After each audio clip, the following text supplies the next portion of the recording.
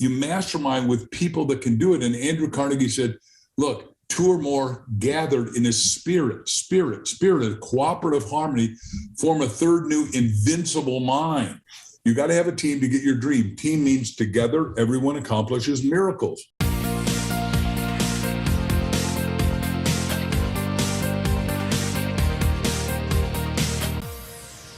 It is my pleasure to welcome the legendary Mark Victor Hansen. You've heard his name. He is the co-author of the Chicken Soup for the Soul series, and we're going to talk today a lot about his book, Ask, which is about asking for what you want. To he that asketh, it shall be given, as the saying goes. But hey, he's the author of 318 books, so we're going to have a lot of wisdom here with us. He's also a real estate investor. Mark, it's great to have you on the show. How you doing? Well, Jason, you and I have been friends, like you said again and again. Every seminar we've been at lately, and you and I have been in a lot of think tanks together. So it is a joy to my heart to be your friend.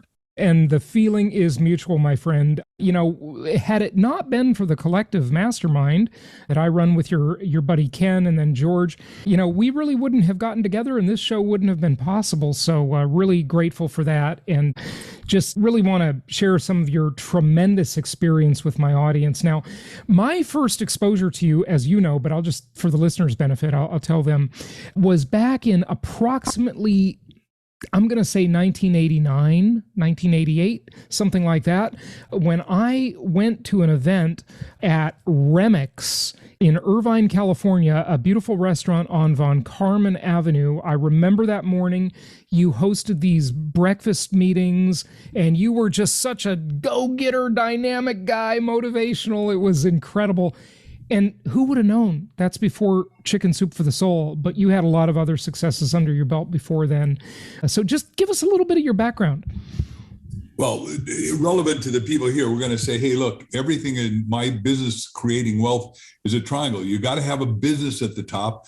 And I don't think you need one. I created the whole book series, as you know, with Bob Allen, and they paid me $1 million a book at Random House, 1 Minute Millionaire, which is the second bestseller after Think, Grow Rich, the Enlightened Way to Wealth. And the first thing we say is that, you know, you ought to have MSIs, multiple sources of income, and there's one right, perfect, easy, acceptable way to everyone to make a fortune. Like, yes, you should own real estate, which I'll go to in a second, but everything needs to be invented. The lamp we're looking at, the Zoom we're on, the microphone, there's a gazillion ways to make $1 million, and there's not a perfect way. But what we say is you got to have a business, then you got to have a book, and then you got to have marketing. Those three things, and you've got an invincible triangle to become really strong. Now, back to my story, 1974, I'd been with Bucky Fuller, the guy who invented geodesic domes, and I'm doing $2 million a year with domes in New York City. You know, Frank Sinatra said, if you can make it here, you can make it anywhere.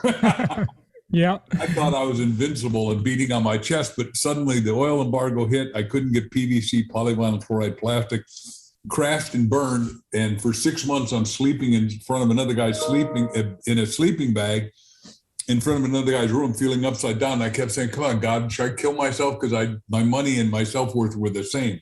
I thought I'd arrived, eating top of the sixes and World Trade Center and all that. And now I've crashed and burned. And I, by the way, for everybody listening, if you make money, don't make that the only goal. Money is what makes you more of whatever you are. So you want to work on your self-awareness and self-esteem. Anyhow, crashed and burned, started speaking, making money, started a little mastermind group like the Collective. The people in the mastermind group owned all the garbage dumps in Long Island, where I lived, Hicksville, Long Island. They said, hey, look, we just bought this house for $7,000. We fixed up, we'll sell it to you for $14,000 and manage it. So the first house I bought was $14,000, East Islip, Long Island, New York, $2,000 down.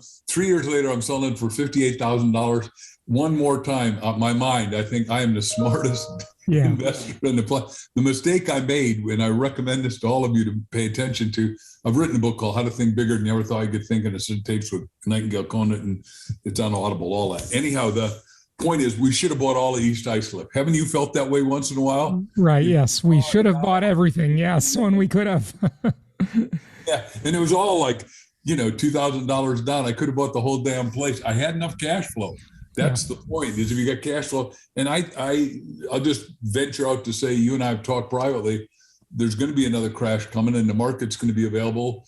And it's not just for Grant Cardone or Ken McElroy to go buy 8,000 properties all at once. Each of it, I'm not saying anyone should do that, but Yep. figure out what you want, 10, 50, 100. Like I teach in this book, we teach you get 2 copies, one for you and your business partner, mastermind partner, church partner, but go over every question. One of the first questions, the size of your question determines the size of your result. So people come up to me because I do money seminars like you have, and they say, well, I want more money. So I pull a quarter out of my pocket and say, Jason, here's a quarter. There's more money. Yeah. Whoa, that's not what I want. Who are you kidding? I said, well, that's what you said. Yeah. No, you gotta write it on a 3x5 card. I'm so happy and glad that I'm earning whatever it is, 100,000 a year, $1 million a year, and 100,000 a year is 250 work days, $400 a day. And the richest salesman ever said, look, Mark, if your kid's life depended on it, could you earn? It's 10, man. 4,000 a day for your kid's life. 4,000 times 250 is $1 million. Next year I made $1 million. It's state of mind creates state of result. So if your state of mind is it's impossible for me to buy real estate with no money down, then they need to study with you, right? Yeah, right. It's amazing opportunities, but we as people, we talk ourselves out of things. We have these self-sabotaging behaviors. We have this limited mindset at times. We all do this at one time or another. Hopefully we overcome as much of this as possible. What is it really about overall? Is this a matter of self-talk? Is it a matter of, we've been told we have all these limitations? Give us some of the Mark Victor Hansen sort of real keys there. Oh, I love it. So in our little book, Ask, The Bridge from Your Dreams to Your Destiny, and we think everybody was coded with a great destiny at birth, right? And your job is to discover it. But what happens is people get stuck in. I'm a garbage man. I'm a school teacher. I'm a medical doctor. Come on. They define themselves. Yeah, and they haven't found who they really are by going deep and asking the questions. And then what you're asking about is we write the second chapter, 7 roadblocks. First roadblock is self-worthfulness. And we got a great story about my friend who you know very well, Bob Proctor, who's 87. And, this year he'll make his billionth dollar, right? He's been on the show. Yeah. Yeah. Oh, you had him on the show? Yep. Okay, good. Well, Bob and I can go through his story, but it's self-worth, right? And what if I ask Jason and he tells me to go to heck? Well, that probably won't happen because you're such a nice guy, but most people subliminate. Next one is fear. Then you got doubt. Then you got naivety. You don't know what you don't know, right? And that's why I'm so good because I'm always naive. And I'm 74 and going to live to be 127. And there's a lot I want to do yet. And it's all in writing. I got 7,000 goals in writing. I say, you got to write your goals. So you said you're always naive. So is that a good strategy right there to be intentionally naive, because then you're more curious and you don't come into the room thinking, well, I already know all this. You can learn stuff, right? Yeah, like we just had dinner with our mutual friend, Russ Gray, and Russell Gray and his new beloved, he wants to write a book with our company, Mark Victor Hansen Library.com, called Curiosity to Occur. Now, we came up with a much better title for him, but just like I did for you, Rich Investor, what happens is, everybody gets stuck in one of these 7 roadblocks, pattern paralysis, and the last one's disconnection. Well, I didn't know a guy like Jason. I can't have him help me with my real estate or whatever. Well, if you're disconnected, you got to get reconnected. And the whole COVID confinement cocoon, from my point of view, has disconnected us more. You go to a restaurant and the kids are all sitting with each other with their cell phone. Yeah. In China I've been to China 80 times. The guys that have 2 cell phones that be walking with me and their cell phone and go, whoa, put your cell phone away. Like, as you know, I got 5 kids and 6 grandkids. When we're together, nobody, including Grampy, gets to have a cell phone out and talk. I mean, you and I have sat at meals together and had a joyous time, but nobody was allowed to use a cell phone, as you may remember. Yeah, the phone addiction is a true sickness. I mean, it really is. Yeah. And let's do the bottom of this. All blue screen before you go to sleep at night prevents you from sleeping. Right. Every doctor that knows anything will tell you that. And the top sleep doctor is one of my close friends, Dr. Lou Tartaglia. Yeah, it resets your pineal gland and makes you think that it's daytime. So definitely avoid those screens so you can sleep well, because sleep is incredibly important to overall good health and success. And aging. Yeah. Absolutely. And by the way, the other thing about sleep is before you go to sleep, what we're teaching in our Ask book is program yourself to what you want. I'll first of all do the book title and then I'll do everybody else. But the book title, Jack and I, when we wanted Chicken Soup for the Soul, which looks like this and everyone's seen it. I mean, because everyone's got a couple of them in their house. Mm-hmm. We, in our respective homes, I was in Newport Beach at the time. He was in Santa Barbara, and we get it, mega best-selling title, mega best-selling title, mega best-selling title, mega best-selling 400 times before you go to sleep, because your subconscious never sleeps. And he calls me at 2:58 in the morning, and it was that year, 1989, just before the breakthrough called computers and laptops and all the cell phones. And he woke up the whole house. One of my daughters was becoming a vet, and oh my God, 88 animals on 1 acre just went nuts. They just thought, happy days are here again. It must be time to get up, and it's 2:58 in the morning. Jack says chicken soup. I said for the soul. We both got goosebumps, chilly bumps, God bumps. We knew that was it. I'm sharing that because in other words, you were trying to think of a name for this book series, and then at 2:58 in the morning, the name came after the programming, right? Yeah, right. Because you got to do, it's called a thought command. So if you want to buy a piece of real estate, I'm going to get this piece of real estate, I'm going to get this piece of real estate, you got to be in the present tense. I am owning, whether it's a single family, a multifamily, a duplex, quadruplex, whether it's 100 units, whatever it is, you got to own it before you get it. And the same thing before the loan. When you go into assuming you're borrowing from a banker rather than a private equity, you go, I got the loan, I got the loan, I got the loan. Because if you take ownership of it, your energy goes out in the universe. Consciousness goes into subconscious, into superconscious, into God conscious. I know that's a very big model for people creating wealth, but that's the model I believe. Mark, what do you say about that, about us holding ourselves back, the paralysis of analysis concept? I think that's a really common issue for people. First of all, I agree. So let me just overview it, the macro, the 4 principles. Figure out what you want, which very few people know. So if you've got a mastermind partner, you got to go 50 times in a row. Jason, what do you want? And I don't judge you. You just got to go through it. But by number 50, we're going to get to the truth of who you really are. Number 2, you got to put it in writing because that's spiritual law. I didn't make the law. I just do it. 3, you got to visualize. So you got to see it before you can have it, like buying a real estate. And 4, you got to have a dream team, a mastermind. Now, Jim Carrey's dad told him, Jimmy, whatever you want, write your goal. And Jim Carrey, I think you probably know this, wrote a goal. I will make $10 million on a movie, and I will do it in the next 2 years. I think he actually wrote a check to himself. Yeah, he wrote a check and he carried it in his pocket for $10 million. And right before his dad died, he'd already showed Dad the check. He said, Dad, I've just gotten that. He took the simulated check when his dad died. I think this is poetic justice. His dad died, and then he put the check in his pocket. The principle is a principle, whether you're an actor, whether you're a real estate investor, whether you're a business builder. And like I said in the beginning of this, I think you ought to have multiple businesses. And then, if it works for you, get a book too. So that's good. Right. Yeah. Well, Mark, just incredible stuff. So is Ask your most recent book? Yeah, Ask is our most recent book. And once you read it with a partner, we hope, go to askthebookclub.com and join us free. And we'll do a seminar with you, Crystal and I, because we want everyone to grow up and be master askers. See, the point is creating wealth. The difference between somebody who creates a little wealth and somebody who creates a lot of wealth is somebody who asks or didn't ask.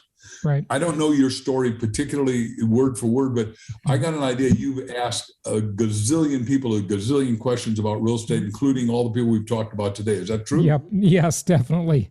and what you are is you've imploded all their greatest ideas or greatest wisdom. And then, you bought a piece of property, got successful, had some losses, but more wins than losses.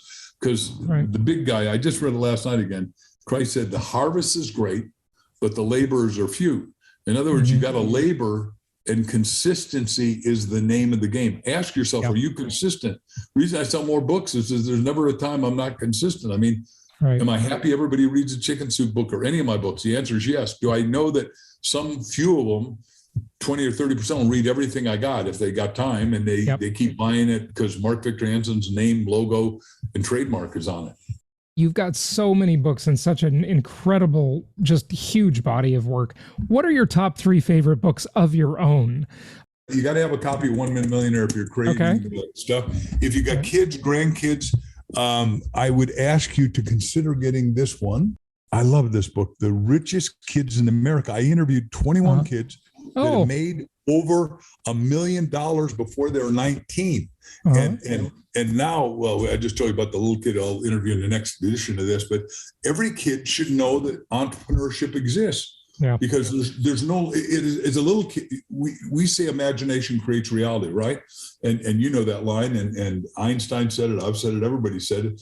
The point is, all these kids have made fortunes. There's a little picture of all of them on the back, Linkletter and I. But the point is that you just have a ball doing all this stuff. Well, Mark, we could talk forever about all of these things. I mean, you've just had such an incredible career, whether it be investing or mindset, and certainly in the book publishing business. And we got to talk about doing a fiction version of my new book, which we talked about last week a little bit. So that's at markvictorhansenlibrary.com. You can find out about that, about authoring. But what other website or resource would you like to share with people before you go? Well, those three. If you want to write a book and have us ghost it for you, and look, the big market, which I've missed my whole life until recently, 6 months ago, is fiction. Last year during COVID, it did 47 billion, and we're going to take that market over. We will ghost the book for you, but we take your principles, your philosophies, your ideas, and then we'll make it into an enormous book. In your case, like an Atlas Shrugged or Richest Man in Babylon, or one of those type zones of books. And if you haven't read The Alchemist, you'll see what I'm talking about. Right. Then ask the bookclub.com. And then if you just want to see who I am, just go to YouTube and watch some of my videos. And we are making infinitely more. This is the year that I'm going to make them, because we're going to be having more fun than I've ever had in my whole life. First of all, like you said, I've read 50,000 books, been to everybody's seminars, befriended a lot of the greats in the world in every discipline. And I want to talk about them and share, because everybody has greatness, genius in them, but it's hidden until you got a mentor. And I'm not saying I need to be your mentor. All I want to do is open the door so you can go find him or her if I'm not that person. Didn't you have a lot of mentors to get you where you are? Oh, of course, we all did. Yeah. Everybody has mentors, or you better have mentors. Yeah. There's no such thing as a self-made millionaire in my experience. That's for sure. Somebody teaching them the game. Yep, absolutely. Well, Mark, we got to have you back on, because there's so much more we could talk about. But thank you so much for sharing your experience and your wisdom with us today. We appreciate it. I will look forward to seeing you in person again real soon, buddy. Thank you. Thanks, Jason. Thanks, everybody.